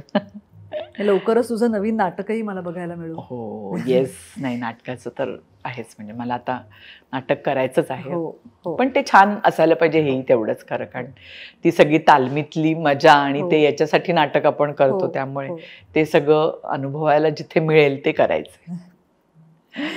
येस, थँक्यू व्हेरी मच प्रतीक्षाताई. तू येऊन गप्पा मारल्यास, हो. वेगळ्या विषयांवरती मला जरा ऐकायला मिळालं. नाही मलाही आवडलं. आवडलं म्हणण्यापेक्षा कसं असतं की असं आपण ना अनेकदा भेटतो हो. आणि असं अनेकदा आपण त्या विषयाच्या संदर्भात थोडं थोडं बोलतो किंवा काय वगैरे, पण असं आपण पण बोलण्याची गरज असते असं हो मला हो वाटतं. अगं नाही, आणि माझं कसं होतं, मी तुला म्हटलं तसं की सिनियर अभिनेत्री जेव्हा माझ्या बरोबर असतात, त्यांच्या बरोबर मी काम करत असली तरी ती भिंत मोडून पलीकडे जाऊन काही फार पर्सनल बोलावं असं होत नाही. बरोबर. ती म्हटलं तरी सुद्धा तुम्ही माझ्यासाठी सिनियर अभिनेत्री असता, हम्म. ह्या निमित्ताने ते थोडं जास्त होतं, कारण हो. इथे नाही म्हटलं तरी सुद्धा ते माझं काम असतं की हो. मी तुला वेगवेगळ्या बाबतीत विचारावं. विचार. त्यामुळे मग मला ते जरा छान वाटतं की हे अदरवाईज कदाचित मी तुला कधीच विचारलं नसतं किंवा आपण बरोबर. कधी मी अशा बऱ्याच गोष्टी बोलले नसते, त्यामुळे मला बरं वाटतं. येस, मजा आली मला पण. थँक्यू.